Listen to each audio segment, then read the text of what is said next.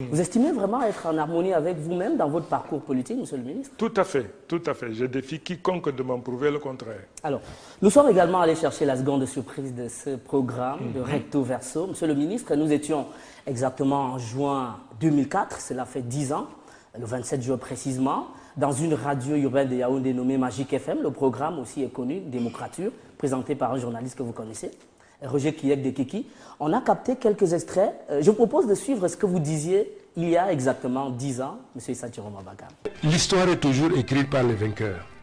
L'histoire de cette période jusqu'à présent n'a été écrite que par les turiféraires du régime, par les inconditionnels de M. Biya, par les gens qui lui sont redevables, qui lui font des clins d'œil et qui par conséquent jetaient l'anathème sur le président Ahidjo, le voué hégémonie. Tous les collaborateurs du président Ahidjo sont morts misérables. Tous. Allez voir les maisons qu'ils ont laissées. C'est vraiment des taudis. C'est 2 fois rien. Le détournement était inacceptable sous le règne du président Ahidjo.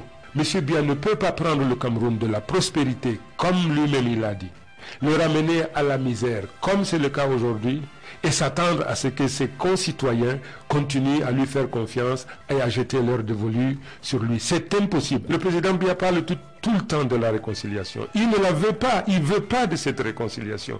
La dépouille du président Ahidjo se trouve encore à Dakar. Il paraît que sa famille s'oppose au rapatriement de la dépouille. Je n'en sais rien, mais c'est pas vrai. C'est pas vrai. Le président Biya ne s'appartient pas. Le président Biya est un bien national. Il n'appartient ni à sa famille biologique, ni à sa famille culturelle. Il appartient à toute la nation. Ahidjo a été président de la République. Il cesse d'appartenir à sa famille biologique. Il appartient à tout le Cameroun et c'est au Cameroun d'organiser des funérailles solennelles et officielles au président Ahidjo. Que les gens cessent de dire que le président Biya est bon et ses collaborateurs sont mauvais. Le président Biya, il a dit lui-même, il suffit qu'il opine de la tête pour dégager toute personne qui ne lui convient pas. Il n'a que les gens qu'il veut et qui travaillent comme il veut.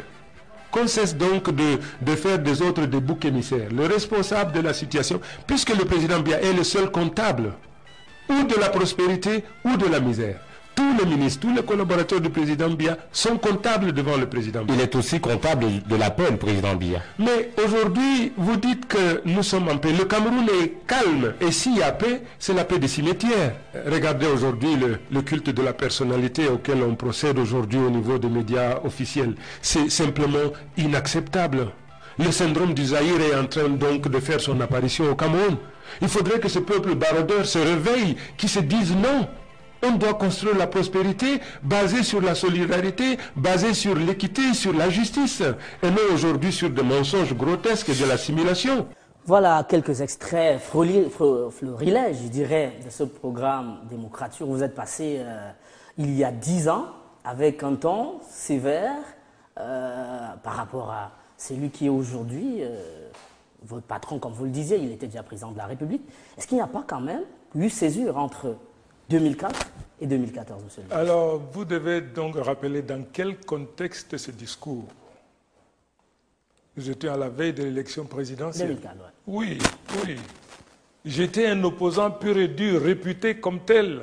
Maintenant, si vous me posez la question, rétrospectivement, est-ce que j'assume? Oui, j'assume. La voix que vous avez entendue, c'est bien la mienne. J'étais membre de la coalition de partis politiques. La CN2R. L'un des dirigeants, sinon le principal, puisque j'ai eu le privilège de diriger plusieurs travaux de la coalition. À ce moment-là, le seul message qu'il fallait, c'est celui que vous avez entendu. C'est-à-dire que M. Biya a trouvé le Cameroun dans la prospérité et l'a amené dans la misère. Vous l'avez bien dit dans l'extrait. J'ai dit, j'assume tout ce que j'ai dit, du simple fait qu'au moment où ce discours a été émis de moi, j'étais le représentant de la coalition. Que cherchait la coalition? Accéder au pouvoir. Et quand vous cherchez à accéder au pouvoir, qu'est-ce que vous faites? Vous poussez jusqu'à la caricature.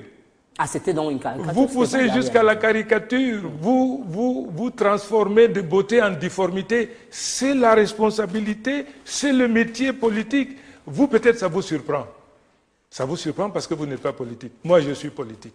Et moi, ça ne me surprend pas du tout. Monsieur le ministre, il y a un aspect sur le rapatriement de la dépouille de l'ancien président Amadou Ahidjo. Les positions restent les mêmes. Vous estimez que pour qu'il revienne au pays, du reste de ses corps, le reste de son corps, il faut que l'État du Cameroun prenne les choses en main, plutôt que la famille. Qu'il s'agisse de la famille ou de l'État, ce dont nous sommes sûrs, c'est qu'un jour, la dépouille du président Ahidjo foulera le sol camerounais. D'où doit venir l'initiative? Ça date quand même de beaucoup d'années, monsieur le ministre. L'initiative peut venir de l'État ou de la famille du président Ahidjo. Absolument. Alors, autre question, vous êtes, ça je ne l'ai peut-être pas signalé en début, président du conseil d'administration de la Cameroun Radio Télévision, CRTV. Et dans cet extrait que nous avons suivi, vous indiquez que les opposants n'ont pas accès aux médias publics. Vous êtes là depuis 2009. Est-ce que quelque chose a véritablement changé? Est-ce que vous avez l'impression que la part d'audience, ou si vous voulez, de tranches d'antenne qu'on donnait ou on accordait aux partis politiques d'opposition a augmenté sous votre, j'ai envie de dire, passage au ministère de la Communication? J'aurais bien aimé que justice me soit rendue. C'est à vous d'évaluer le parcours que j'ai effectué depuis que je suis là. La dichotomie n'existe plus, vous le savez très bien. Tout ce qui se passe aujourd'hui à la présidence, à la primature, dans n'importe quel département ministériel, au même titre que les médias officiels, vous y accédez. La dichotomie n'existe plus. Aujourd'hui, sous ma responsabilité, nous sommes en train de mettre en place ce qu'il faut pour la disparition des zones d'ombre et de silence. Nous sommes en train de construire la migration. Avec vous, nous avons mis en place aujourd'hui, après les États généraux, le comité de suivi des États généraux. Bref, ce qui est incontestable, c'est que nous sommes en train d'avancer. Monsieur le ministre, il nous reste une seule petite minute dans cette partie tranche de vie avant d'évoquer la tranche d'actu. Et cette tranche de vie nous amène à regarder quelques images de vous aussi.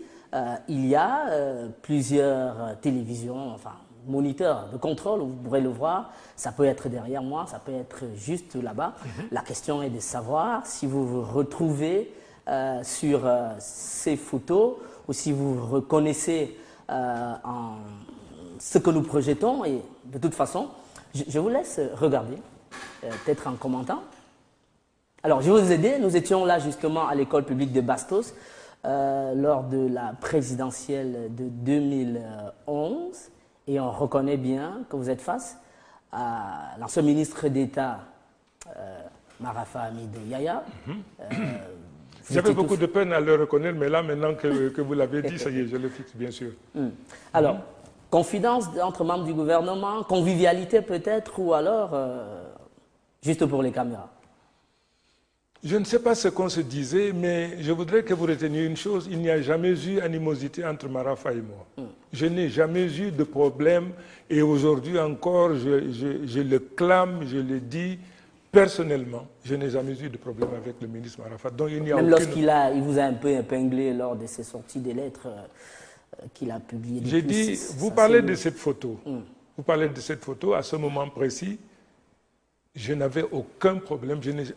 Vous savez, c'est à partir de ces lettres que je découvre qu'il avait des inimitiés, voire de l'aversion, sinon de la haine vis-à-vis de moi. Mais sinon, à l'heure où je vous parle, qu'est-ce qui peut m'opposer au ministre Marafa? Nous ne sommes pas du même parti politique. D'accord. Monsieur le ministre, c'est peut-être... Nous ne poursuivons pas les mêmes objectifs. Donc, fait. une manière donc de vous dire que non, rien ne m'a jamais opposé à lui. En revanche, je découvre donc, à travers ses correspondances, la place qu'il me réservait dans son cœur. D'accord. Je voudrais qu'on évoque un aspect qui